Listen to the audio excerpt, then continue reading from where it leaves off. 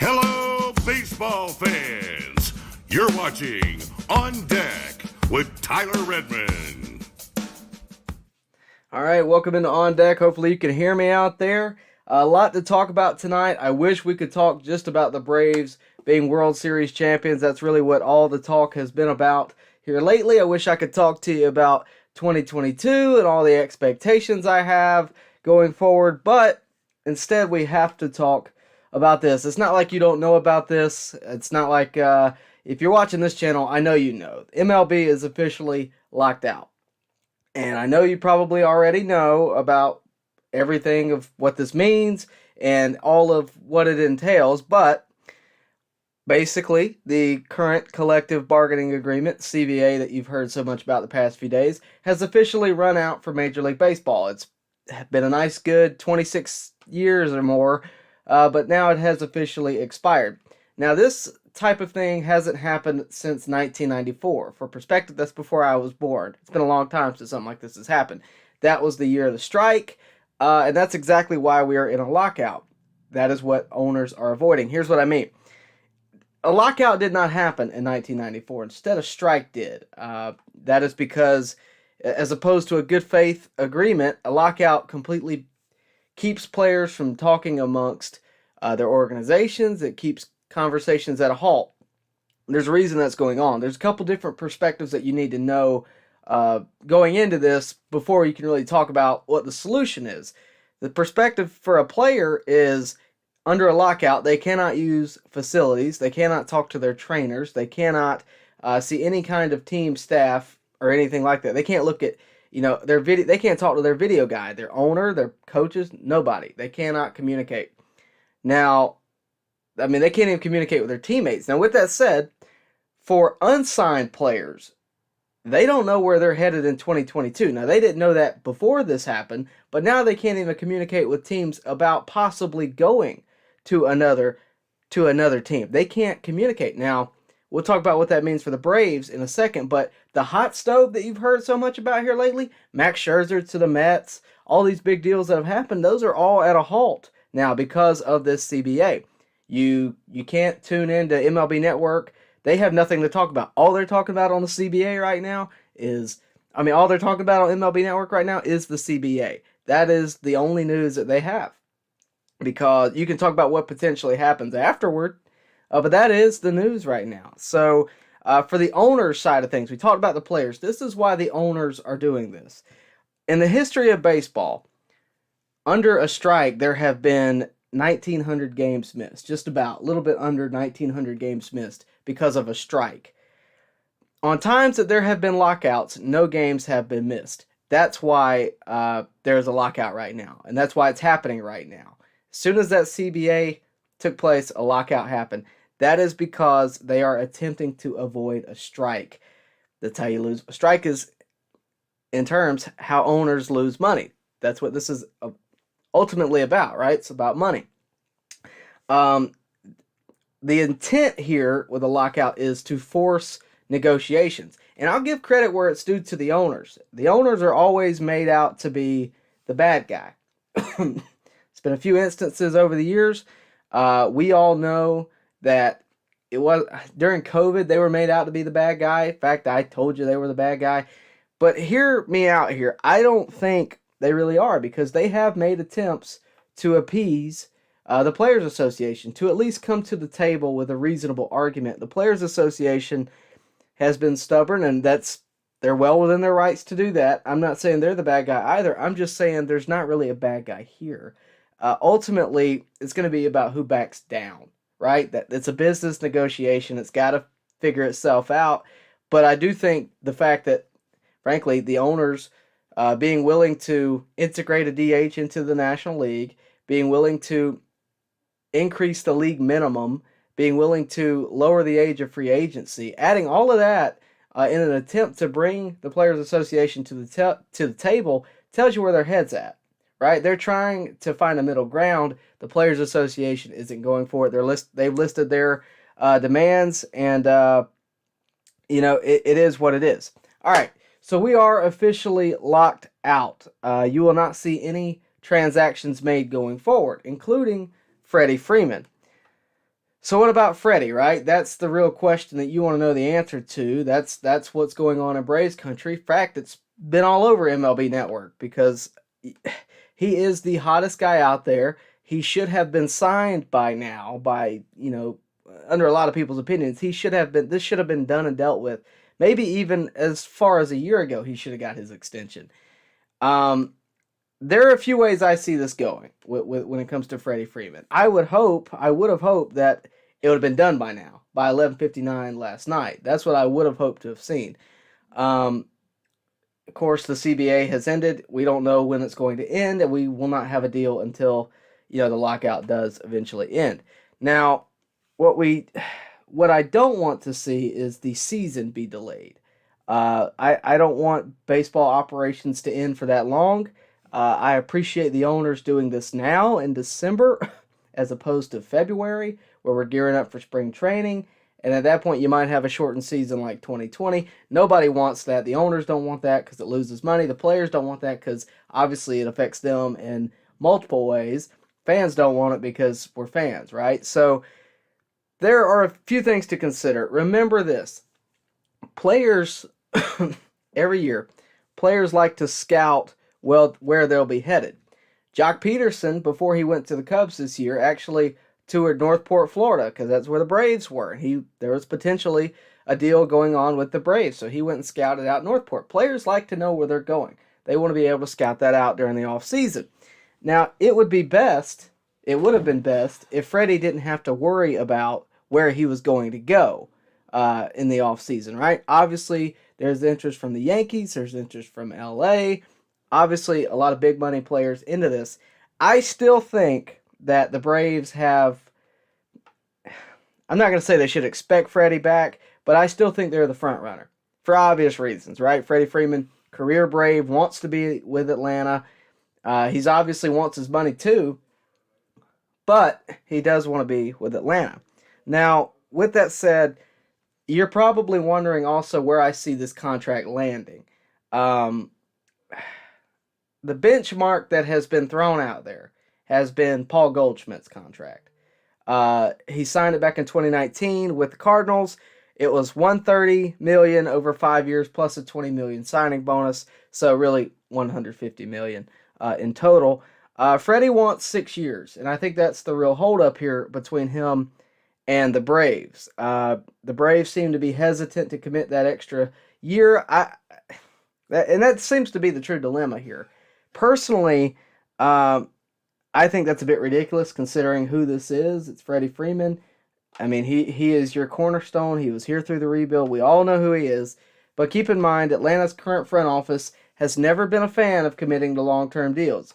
The one time that they did that, and high dollar long-term, the one time they did that, as opposed to Ronald Acuna, Ozzie Albies, was Marcell Ozuna. They gave him 4 years. We all know how that's turned out right now. More on him later. But I understand the hesitancy in a long-term deal. But again, this is Freddie Freeman. Not to mention Freddie Freeman also already took the largest contract in Braves history. 8 years, $135 million. That was a steal for the Braves considering what they got for it. They got an MVP season, they got World Series, and of course, they had a franchise player through the rebuild, and of course, a locker room leader by all accounts. So that's where things currently are. I think the Braves, again, are still the favorites, obviously. I don't think anybody would debate that. But I also think they need to give Freddie 6 years. I don't like the fact that we're still talking about this. I think he deserves it. I think everyone wants Freddie to be a career Brave, at least on my side of things. You guys obviously do. I certainly do. I think you're looking at a contract for 6 years, anywhere to 180 to 240 million, i.e., 30 to 40 million a year for 6 years. Whatever that number is, I'm okay with it. Personally, I've never really cared about the huge dollar figure. At the end of the day, it's a huge dollar figure. It's also important to remember Freddie wants to win. I can't imagine that he will put the Braves in a position to where that is unachievable. I just can't imagine that that's his mindset where I'm going to get the most I can out of this team. No, I think he wants to win 2 or 3 World Series over the next 6 years. I think that is his mindset. And I think, I think that's a real possibility, and I think he thinks that as well. Now, with that out of the way, hopefully Freddie gets re-signed at the end of the CBA, right? Or at the end of this lockout. Now, what I will say is prior to the lockout, there's been a flourishing trade and free agent market, right? Max Scherzer, I mentioned him earlier. Javi Baez. I mean, it's all over the place. There's still some big names other than Freddie Freeman unsigned right now. But the Braves have managed to pick up a few big names that I'm pretty excited about. Number one being Kirby Yates. This is a guy, 2-year, $8.25 million, 8.25.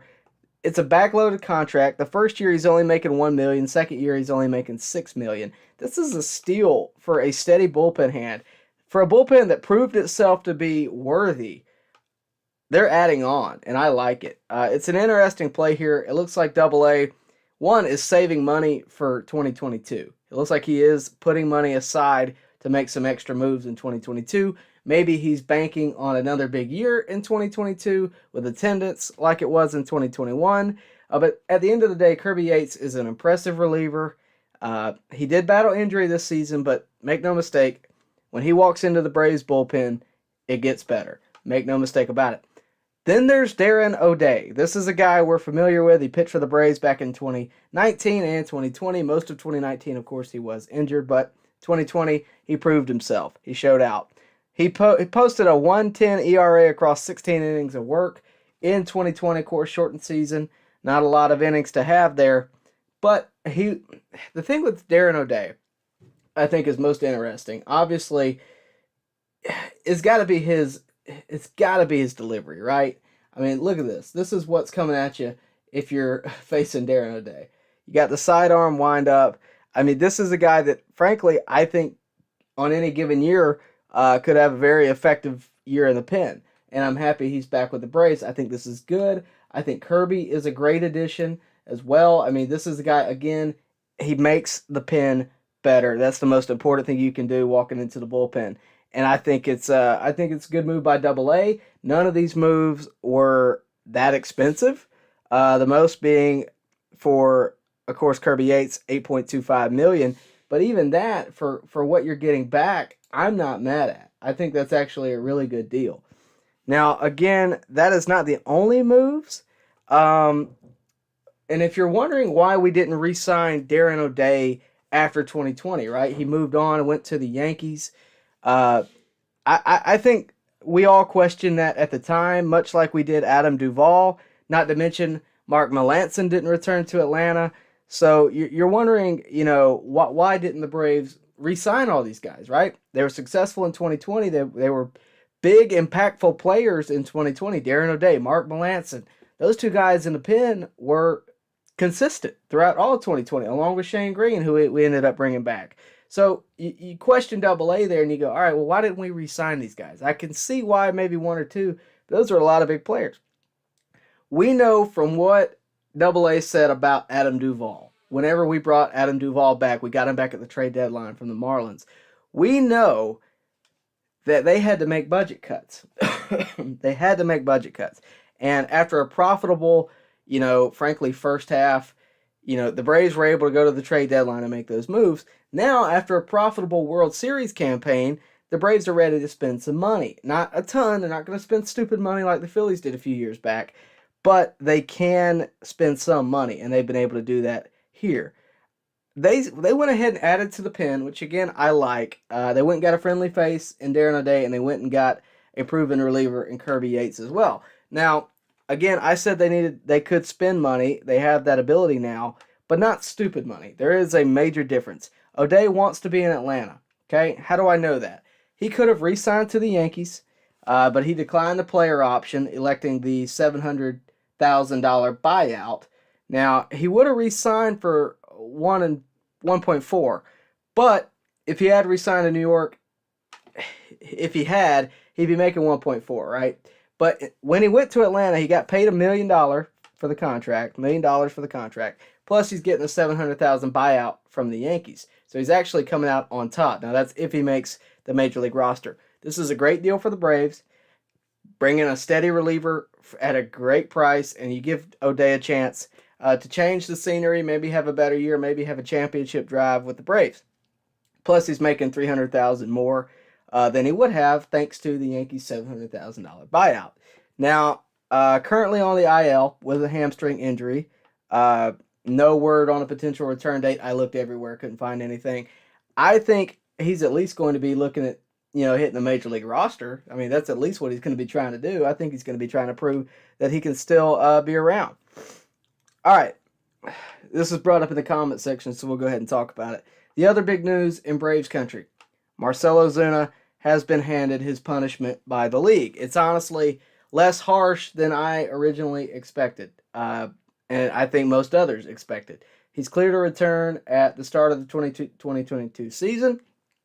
It's a retroactive 20-game suspension, one that he technically already served. Obviously, he pretty much was suspended all of last year, so we all know the situation.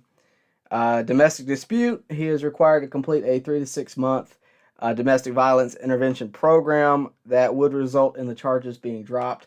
I don't know if he's completed that or not. I don't know if he's in the process of completing it. I don't know. Make no mistake, though, Marcell Ozuna is an Atlanta Brave, at least at the moment. That could change. You could see a trade here, especially considering the outfield situation. You have a little crowded outfield right now in a lot of different ways. I don't think you're going to see Jock Peterson, Eddie Rosario, Jorge Soler all return, because those guys are going to get paid. Every last one of them are going to get paid by somebody. You may see one, but considering the Braves have Ronald Acuna returning, they've already re-signed Duvall. I just don't see how you can fit all those faces in there. Now, not to mention you got about $53 million hung up in Ozuna right now. I think it'll be interesting to see how the Braves handle the outfield this season, especially considering Marcell Ozuna. And that will, of course, be something to talk about over the months to come. Probably more so around spring training. But who will make up the Atlanta Braves outfield? Who do you guys think will make up the Atlanta Braves outfield? Personally, I think we can guarantee the fact that Ronald Acuna will be in that outfield. Hopefully he's healthy enough to do that.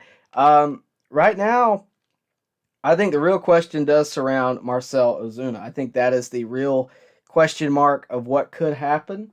What should happen is, of course, up to Brian Snitker and Alex Anthopoulos. Now, if I had one guy to pick out of Eddie Rosario, Jorge Soler, and Jock Peterson, I'm probably going Eddie Rosario.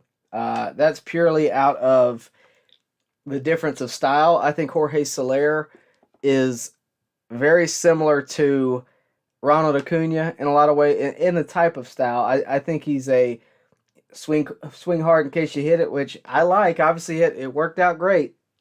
But I think Eddie Rosario has proven himself to be consistent, and when he's locked in, dude's locked in. That's personally who I would like to see back. Will it happen? Who knows? Alex Anthopoulos can be trusted. I think we all know that now. But I think it's going to be a fun ride. Either way.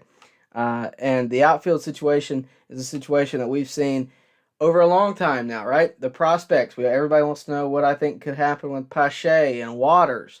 I think you're going to have to figure out a mix between those two, Acuna, Ozuna, Rosario, Jock. I mean, that's 6 guys I'm not even through, right? Not to mention Heredia, who just got re-signed. Congrats on a 1-year deal. Speaking of congrats, Dansby Swanson got engaged today. I don't know if you guys saw that, but yeah, him and Mallory got engaged, so congrats there. With that, guys, get your questions in. Not sure how long we're going to be streaming tonight, but I do appreciate you guys tuning in.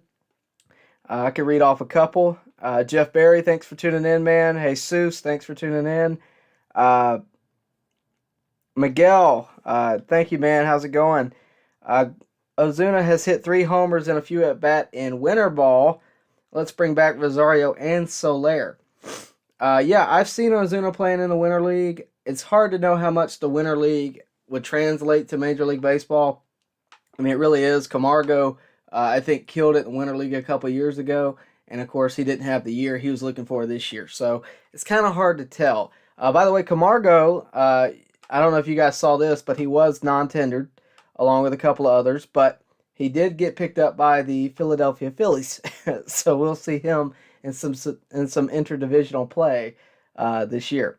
It'll be a fun watch, I think, this year with the Braves. They have a lot of headlines walking into spring training. I think Ronald Acuna's return, Mike Soroka's return, hopefully Charlie Morton's return, hopefully. Those three are three obvious headlines that are going to be out there about the Braves. Can they repeat? Everybody wants to know, can they repeat?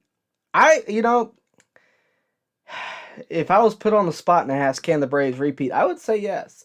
Because as much as they're losing potentially in Peterson, Rosario, Soler, those guys, the guys that we got at the deadline, as much as they're losing, they're getting back. I mean, they're getting back Ronald Acuna. They're getting back Mike Soroka. Maybe they keep Rosario. Maybe they keep Soler. Maybe, who knows what they're going to do. Opening day is going to be very interesting. The opening day roster. It's going to be a very interesting look. And I think ultimately, personally, I think that the Braves have the best chance at a repeat because they're going to be a different team next year. I mean, really. They're going to be the team that, all the pieces might fit in together finally, right? Like, on 1 year, we didn't have a bullpen. 1 year, we didn't have Soroka. 2 years now, we haven't had Soroka, right? We haven't had the starting pitching that we needed. Obviously, against the Dodgers in 2020, the NLCS, if we had had just one more starting pitcher, maybe we go to the World Series there. Last year, this past season, has been a great season to watch. Make no mistake about it. But I think we would have a more complete year. Obviously, it was a fun ride. I wouldn't change anything about it, especially from the trade deadline on. I wouldn't change a thing about it. But I think we would have a more consistent year and maybe make another playoff run. I really do. Given the pieces that we now have, given the pieces that we could potentially get back, I think it would be interesting. All right, let's tune into some of these questions right now. Jameson, good to hear from you, man. Appreciate it. He says he is angry right now at Major League Baseball for being so dumb that they were not able to get it done by the deadline. It's more complicated than that. I would tell you that it's between, obviously, the players and the owners. It's not just Major League Baseball.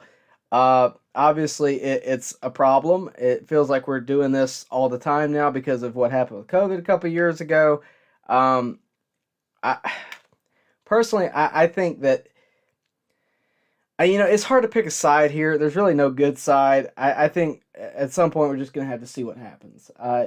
Baseball might look completely different next year. I mean, really. It might have a DH in the National League. It might have, I don't think they're going back to a 3-batter minimum, or I don't think they're going to change that. But we're going to see some rule changes. I really think we are. I think we're not going to have the extra inning guy on second base. I think that was ridiculous from the start. But I didn't like a lot of the rule changes that have been made, for pace of play. I think we're going to see some things change. I think you might see, changing for the better, might I add. Not just rule changes. Also, if the league is willing to give an additional boost to the minor leaguers in pay, I think that would be really good. Obviously, the struggle is definitely there. I don't want players choosing other career paths early on because they can't afford to live on a minor league budget, right? I want to see the best of the best play. And I think that would be good for the game, personally. But you also asked, what is the hang-up for the Braves not getting the deal done with Freddie Freeman? Even if you wanted 64 or 180, or 6 years, 180, it seems reasonable. It does. Obviously, we don't know everything, and I don't think this is just Alex Anthopoulos sitting at his desk going, no. I think there's a lot more factors that we're never going to see. Most notably, if you're Alex Anthopoulos and you're looking ahead 6 years from now would be 2028.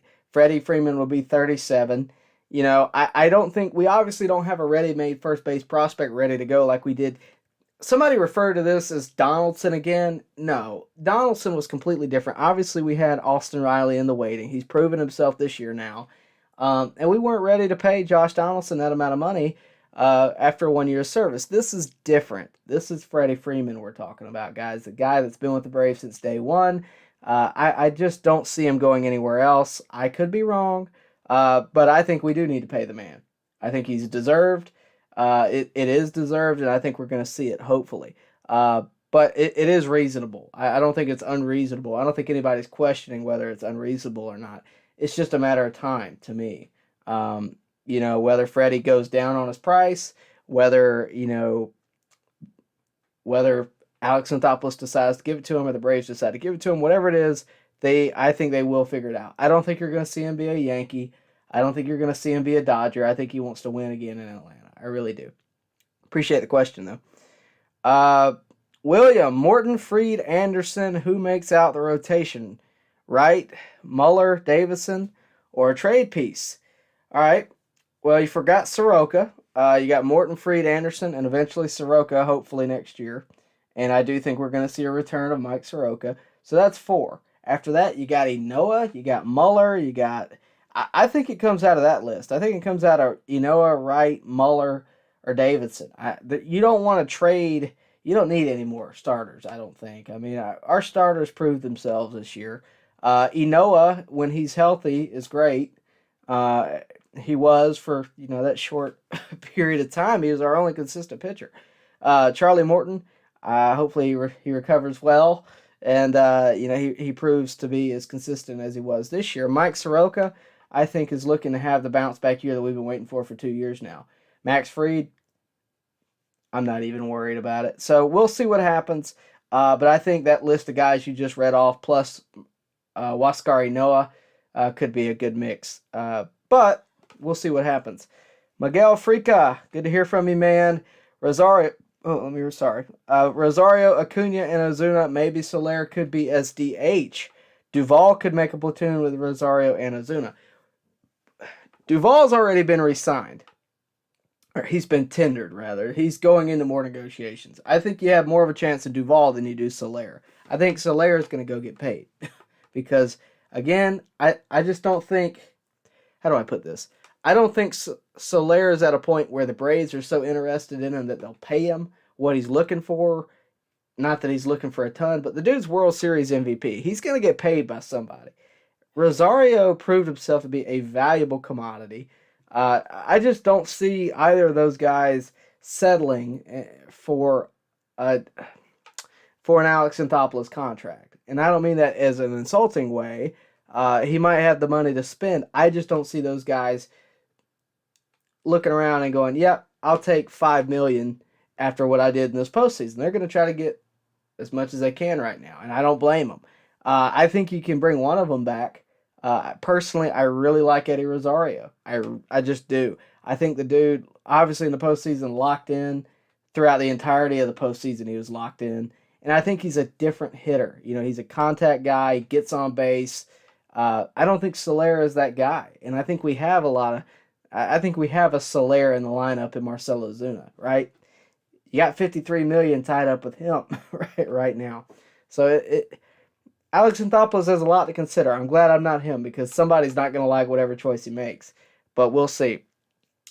Do you have to say that the depth of our starting pitchers to choose from is really good? Yeah, I would say so. I would say that the depth with the Braves starting pitching, they were built on pitching, right? It would be a shame if they weren't full of depth right now, right? Soroka was supposed to be the ace, right? And it's become Max Fried, which is great. But I'm interested to see what Soroka will be going into this year. Don't forget how good Soroka was not that long ago. This is a guy that had a bright future ahead of him before his injury. So we'll see. But yeah, they have a lot of depth in the younger Division II. Obviously, Ian Anderson's young. We forget how young Ian Anderson is. He is very young. But Tucker Davidson, Kyle Muller's a guy I've been watching for a while. I like Kyle Muller a lot. I think he's got big things ahead of him too. But Tucker Davidson, the dude pitched in a World Series game this year. He's like 22, right? Like he's not very old at all. Like these guys are young. And I think that, having that experience could be really good for Tucker. Kyle Wright has postseason experience. Kyle Wright's had an interesting development. Obviously, being pulled into the NLCS after 5 appearances in the majors isn't fair to anybody. And, we can bash him for that all day long, but I don't think that's fair to him. He had a good year in the minors this year. Obviously, he's still battling a little bit at the major league level, but I think any one of those guys could break out at any point. So We have a lot of depth there. Hopefully, it settles in the right place. I don't think we need to add any. I didn't want Max Scherzer for $40 million a year, right? Like, that's not what I want. I want a deals that make sense. I do think it's interesting, and I actually didn't talk about this. I do think it's interesting that we signed another catcher because this is I mean, we have a ton of depth at catcher. I mean, on the screen right now, you're looking at William Contreras, right? A guy that we're familiar with, we've seen on the field a ton. But we have a ton of depth at catching. Obviously, we're locked up with d'Arnaud for another 2 years. He signed a 2-year deal this year. But also, Shea Langoliers is right behind him, right? So these guys are not 2 years away. They're not waiting on d'Arnaud, right? They're not so young that they're far away.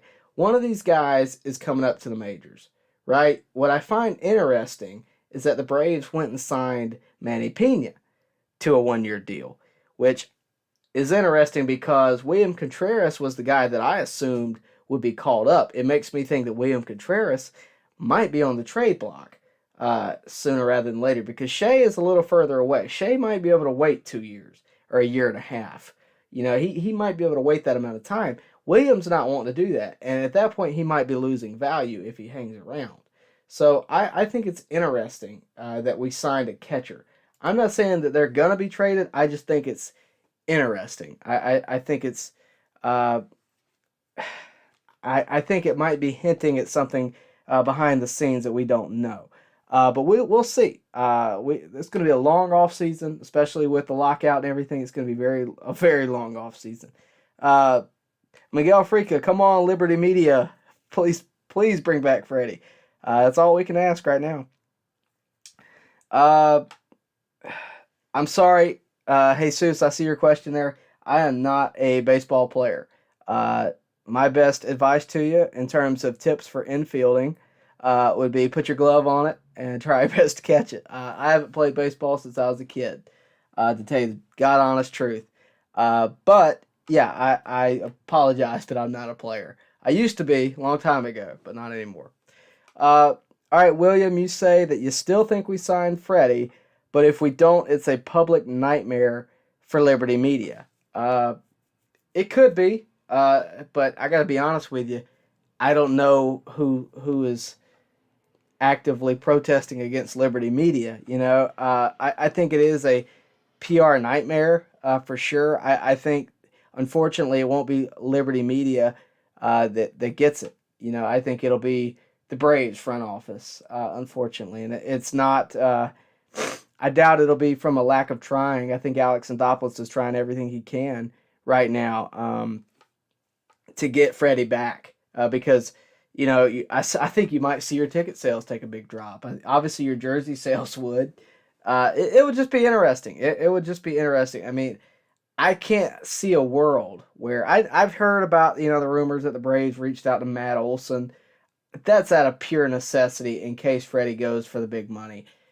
You got to watch your back, right? But I don't think that's of any interest, right? We got rid of our number one first base prospect this year.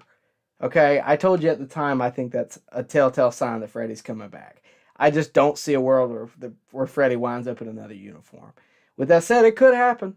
I mean, I might be eating those words, but I can't see it personally. So moving on, William also says $40 million for a pitcher that had a dead arm and could not pitch in a World Series game. No, thank you.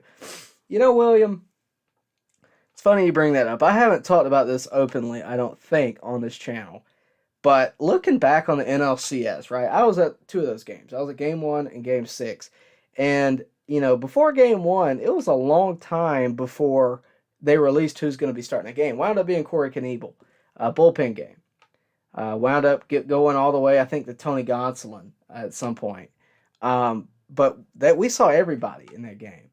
And I began questioning, because I also, sorry, I'm battling a cold if you can't tell.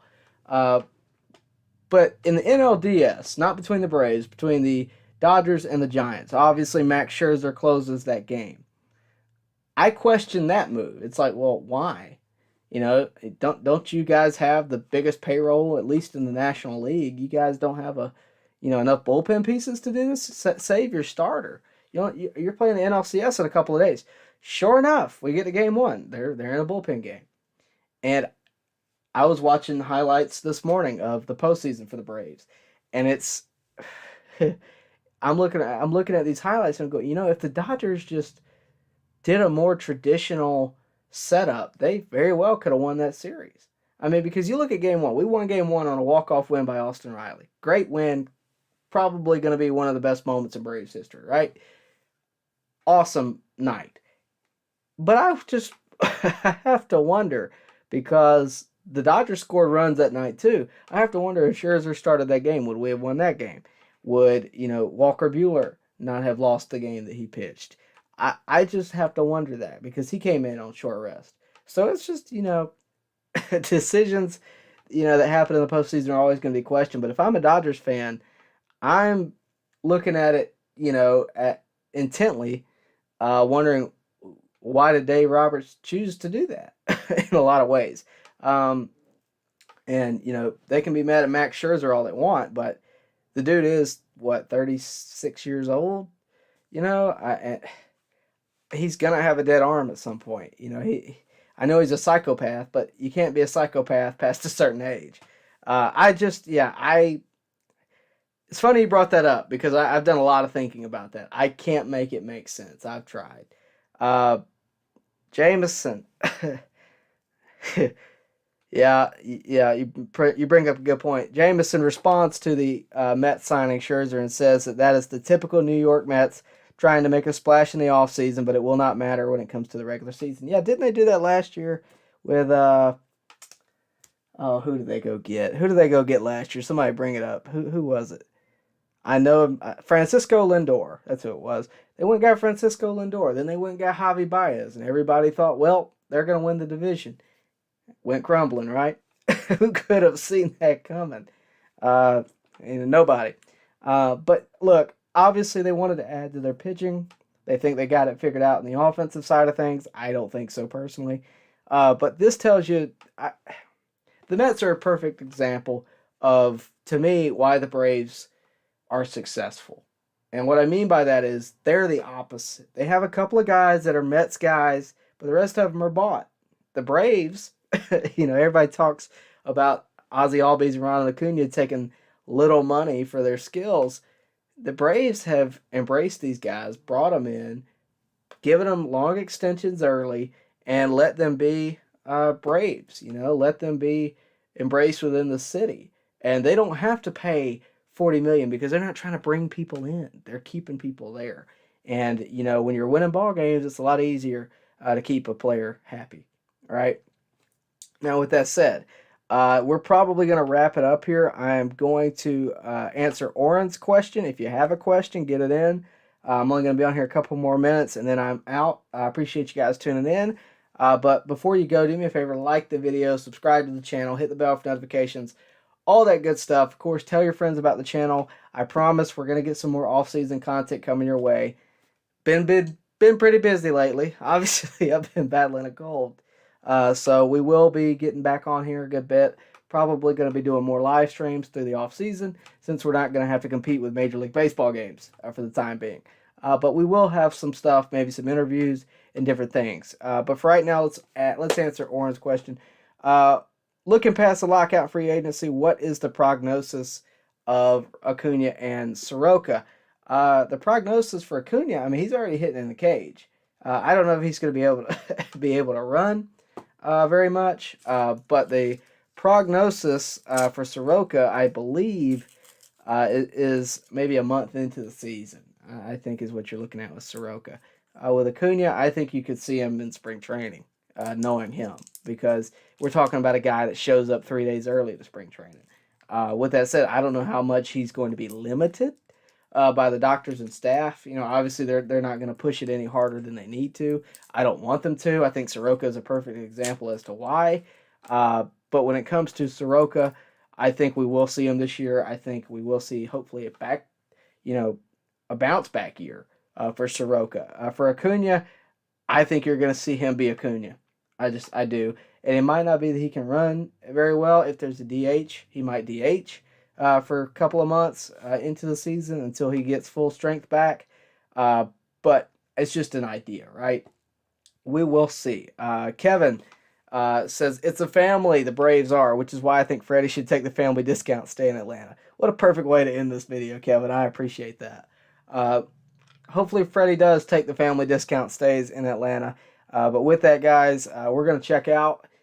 If Freddie does magically sign in the next coming weeks, we'll get back on here and talk to you. But look forward to more off-season content here at On Deck. I do always appreciate it. And with that out of the way, guys, we'll see you later right here at On Deck.